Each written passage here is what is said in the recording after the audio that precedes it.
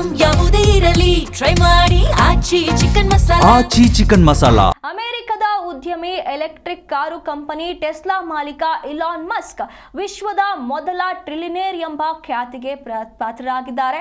ಇತಿಹಾಸದಲ್ಲಿ ಅತಿ ದೊಡ್ಡ ಐಪಿಒ ಮೂಲಕ ನಾಸ್ಡಾಕ್ ಷೇರುಪೇಟೆಗೆ ಎಂಟ್ರಿ ಕೊಟ್ಟ ಇಲಾನ್ ಮಸ್ಕ್ ಒಡೆತನದ ಸ್ಪೇಸ್ ಎಕ್ಸ್ ಷೇರುಗಳ ಬೆಲೆ ಮೊದಲ 1 ಗಂಟೆ ಟ್ರೇಡಿಂಗ್ ಅವಧಿಯಲ್ಲೇ $11 ಹೆಚ್ಚಾಗಿ ಪ್ರತಿ ಷೇರು ಬೆಲೆ $150 ತಲುಪಿದೆ.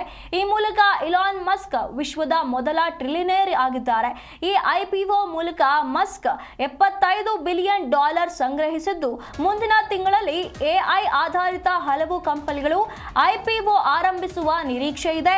ಸ್ಪೇಸ್ ಎಕ್ಸ್ ನಿಮ್ಮನ್ನ ಚಂದ್ರನ ಅಂಗಳಕ್ಕೆ, ಮಂಗಳ ಗ್ರಹಕ್ಕೆ ಮತ್ತು ಅಂತಿಮವಾಗಿ ಅದರಾಚೆಗೆ ಕರೆದೊಯ್ಯಲು ಬಳಸುತ್ತೆ ಅಂತ ಹೇಳಿ ಈಗ ಮಾಹಿತಿಯನ್ನ ಇವರು ನೀಡಿರುವಂತದ್ದು. ಇಲ್ಲಿ ಉಡಾವಣೆ ಕಾರ್ಯಕ್ರಮದಲ್ಲಿ ಮಸ್ಕ್ ಹೇಳಿರುವಂತದ್ದು, ಈ ಹಂತದಲ್ಲಿ ಸ್ಪೇಸ್ ಎಕ್ಸ್ ನ ಅದ್ಭುತ ತಂಡದೊಂದಿಗೆ ನಾವು ಅದನ್ನ ನಿಮಗಾಗಿ ಮಾಡ್ತೇವೆ ಎಂದು ವಿಶ್ವಾಸವಿದೆ ಎಂದು ಮಸ್ಕ್ ಹೇಳಿದ್ದಾರೆ. ಇಲ್ಲಿಯವರೆಗೆ ವಿಶ್ವದ ಬಿಲಿಯನೇರ್ಗಳು ಇದರ ಬಗ್ಗೆ ಚರ್ಚೆ ನಡೆಸುತ್ತಿದ್ದಾರೆ.